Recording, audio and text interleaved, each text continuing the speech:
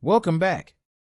In this part of the course, we are going to discuss the capabilities offered by an Synapse Serverless SQL Pool to read the contents of a delimited file such as CSV or a comma-separated values file. Simply put, CSV files the text files in which the data is separated by commas, but it's not generally as simple as that. Sometimes the files may contain header records. Some files may use a different delimiter instead of comma.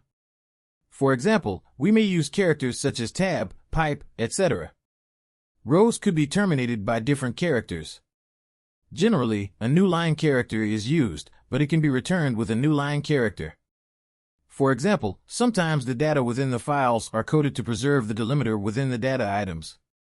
For example, the presence of a comma within an address field of a comma-separated file. So we get so many variations, and we need to have the ability to deal with all of these variations. Fortunately, Synapse Serverless Pool provides these capabilities, and we will discuss them in this section of the course. First, we'll look at the OPENROWSET function offered by Synapse Serverless Pool to read or remote files without loading them into a database. We'll then look at exploring one of our files called TaxiZone using the OPENROWSET function. And I'll also talk it through the other options available.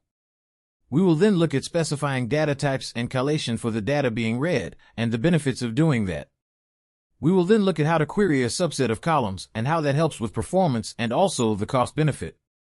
We will then look at reading quoted strings with delimiter and escaping the delimiter within the data. Finally, we will look at creating a file with a different delimiter other than comma delimiter. We will use a tab-separated file to demonstrate this. As part of these lessons, we'll create scripts to query for different files and demonstrate some of these, and others will be assignments. But I will show you the solutions for the assignments as well in case you need help along the way. Hope you're excited. Let's get started.